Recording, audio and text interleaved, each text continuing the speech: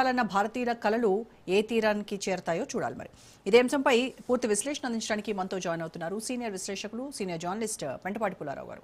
పుల్లారావు గారు, నమస్కారం అండి. నమస్కారం సార్, గతంలో గ్రీన్ కార్డ్ కు మనకు ఎలిజిబిలిటీ ఉంటే కనుక అది ఆటోమేటిక్గా వచ్చేటువంటి ఒక ప్రాసెస్. కానీ ఇప్పుడు యుఎస్సిఐఎస్ నిబంధనల ద్వారా చూస్తే ఇదంతా కూడా ఒక అడ్మినిస్ట్రేటివ్ గ్రేస్గా చూడాల్సి వస్తుంది. అంటే వాళ్ళ దయాదాక్షిణ్యాలపైనే ఆధారపడి ఇచ్చేటువంటి దీనిలాగా కనిపిస్తూ ఉంది. అంటే మొత్తం ఈ ప్రక్రియ అంతా చూస్తూ ఉంటే ట్రాన్స్పరెన్సీకి ఒక ఎండ్ కార్డు పడుతున్నట్టుగా అనిపిస్తోంది. ట్రాన్స్పరెన్సీ అనేది ఒక క్వశ్చన్ మార్క్గా కనబడతా ఉంది. ఏం చెప్తారు సార్? ఒకటి, వీసాలు గ్రీన్ కార్డు వచ్చేటప్పటికి ఇప్పటి వరకు మన ప్రభుత్వం ఏం స్టాండ్ తీసుకోలేదు.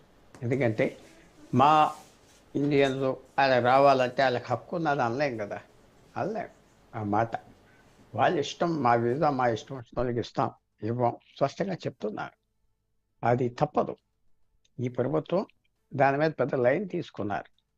ఎక్కువగా మనుషులు ఇతర దేశాల నుంచి వచ్చేవాళ్ళు, పర్టికులర్గా ఆఫ్రికా నుంచి, సౌత్ అమెరికా నుంచి, ఏషియా నుంచి వద్దంటున్నారు. యూరోపియన్స్ ఎవరు వెళ్ళటానికి సిద్ధపడతలేదు అక్కడికి, అనవసరం అని. వాళ్ళ దేశాలే అన్నీ ఉన్నాయని. సో మనం గట్టిగా అప్ చేయగలిగేది ఏం లేదు. కానీ దాదాపు సంవత్సరంన్నర అయిపోయాక ట్రంప్ కూడా ఆయన వీక్గా కనపడుతున్నాడు. ఎప్పుడైతే చైనీస్ కూడా లెక్క పెట్టలేదు, రష్యన్స్ లెక్క పెట్టలేదు, యూరోపియన్స్ లెక్క పెట్టలేదు, ఇరాన్ యుద్ధంలో ఆయన ప్రెస్టీజ్, యుఎస్ ప్రెస్టీజ్ తగ్గిపోయింది. ఇప్పుడు ఒక సూటబుల్ టైం వచ్చిందేమో మనం ఇంటర్వ్యూన్ అవ్వటానికి. ఈవేళ అమెరికా ఫారెన్ మినిస్టర్ ఇండియాలోనే ఉన్నాడు. అన్నీ ఏం కామెంట్ చేస్తున్నాయంటే ఆయనకి పెద్ద స్వాగతంలో పెద్ద విశేషంగా కలకత్తాలో దిగినప్పుడు చేయలేదు, ప్రైవేట్ విజిట్. ఇప్పుడు ఈ రోజంతా ఏం చేస్తాడో చూడాలి. కానీ మన గవర్నమెంట్ మాట్లాడాలి. ఈ విషయం ఎలాగెత్తాలంటే, మీరు కొత్తగా అప్లై చేసిన వాళ్ళకి కొత్త రూల్స్లో పాత రూల్స్ మళ్ళీ పెట్టాలి. ఆల్రెడీ అక్కడ ఉన్న వాళ్ళకి ఈ రూల్స్ అప్లై చేయడం కరెక్ట్, రూల్ ప్రకారంగా కరెక్ట్ అయినా ఒక సిస్టమ్, ఒక ప్రాక్టీస్లో కరెక్ట్ కాదు అని చెప్పాలి. చెప్పే టైం వచ్చింది.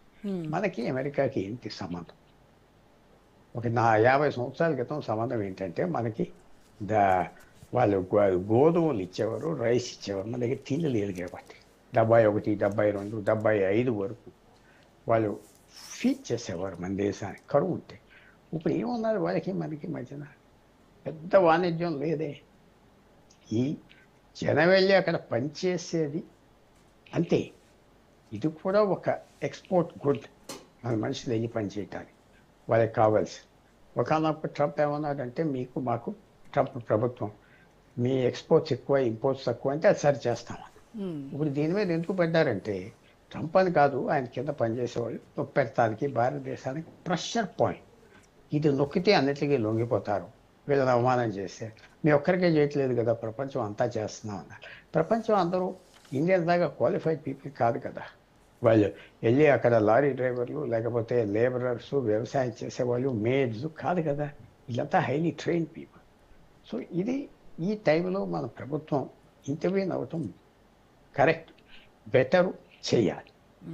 ఎందుకంటే ఇది మా వాళ్ళు ఉన్నారు 2-3 లక్షల వాళ్ళు, పాత వాళ్ళు, వాళ్ళకి ఫేర్గా ట్రీట్ చేయాలి. కొత్త వాళ్ళని ఇష్టం వచ్చింది చేసుకోండి అని ఇన్సిస్ట్ చేయాలి. ఇది తప్ప మాకేమీ పర్సనల్ ఇంట్రెస్ట్ అనేది అమెరికాతో లేదు. మనం స్నేహం అంటే ఇది ఉండాలి అని చెప్పాలి. చెప్పే టైం వచ్చి మన తెలుగు రాష్ట్రాల ముఖ్యమంత్రులు కూడా ఇన్వాల్వ్ అవ్వాలి, మిగతా ముఖ్యమంత్రులు ఇన్వాల్వ్ అవ్వాలి, ఎక్స్టర్నల్ అఫైర్స్ మినిస్టర్కి చెప్పాలి. అది ఎవరు చెప్పట్లేదు కదా. ఆపోజిషన్ లీడర్ ఎవరు ఈ పాయింట్స్ ఎత్తట్లేదు, అసలు ఈ విషయాల మీద ఎత్తట్లేదు. ఒక సంవత్సరం క్రితం ఎత్తటం కరెక్ట్ కాదు. టైం మారింది, సూటబుల్ టైంగా ఉన్నారు. వాళ్ళు వీక్గా ఉన్నారు. చైనా వాళ్ళు లెక్క పెట్టలేదు, ఇరాన్ లెక్క పెట్టలేదు, అరబ్ దేశాలు కూడా ఇలా నమ్మితే ఇంక కష్టం అంటున్నారు. ఇవన్నీ ఉన్నాయి. ఈవేళ 2 రకాల గాళ్ళు ఉన్నాయి. బాగా రిసీవ్ చేసుకుంటున్నారు. American foreign minister mark Rubio అని బాగా చేయట్లేదు అని కూడా వస్తాను, బాగా చేయట్లేదు అని వస్తాను. సో ఇది ఎలాగ అయిపోతుంది, ఎలాగ ఫినిష్ అవుతుంది, మనం వెయిట్ చేసి చూడాలి. తప్పకుండా అక్కడ ఉన్న వాళ్ళు ఆల్రెడీ ఆ సిస్టంలో ఉన్నవాళ్ళు, వాళ్ళు అప్లై చేశారు పాత ప్రాక్టీస్ మీద. ఆ ప్రాక్టీస్ని సహించాలి. కరెక్ట్. అది తప్పకుండా గవర్నమెంట్ ఆఫ్ ఇండియా టేకప్ చేయాలి, కాన్ఫిడెన్షియల్గా టేకప్ చేసి మార్పించాలి. లేకపోతే ఇది ఒక పెద్ద విషయంగా ఇంక మనం తీసుకోవాలి. ప్రతి విషయం మీరు మాకు నొప్పి చేస్తే కష్టం, ఈ ఒక్క విషయం ఇలా చేయాలని ఎత్తాలి. ఆ ప్రెషర్ మనం గవర్నమెంట్ ఆఫ్ ఇండియా మీద తేవాలి, వాళ్ళు అక్కడ ఎత్తాలి ఈ ఇష్యూ. ఇప్పుడు అమెరికా కూడా ఒకవైపు చైనా డామినెన్స్ని ఎదుర్కోవడానికి భారత్ సపోర్ట్ తీసుకుంటా ఉంటుంది, భారత్ సపోర్ట్ కోసం రూల్ చేస్తూ ఉంటుంది. అలాంటిది ఇప్పుడేమో మరి ఇండియన్స్నే టార్గెట్ చేస్తూ ఈ రకమైనటువంటి వీసా రూల్స్ తేవడం అనేది డబుల్ స్టాండర్డ్ కాదంటారా?